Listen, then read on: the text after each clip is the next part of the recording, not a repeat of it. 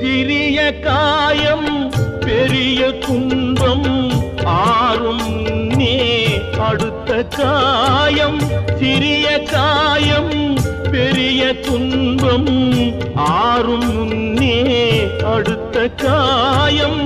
உடலில் என்றால் மருந்து போடும், உடலில் என்றால் மருந்து போடும்.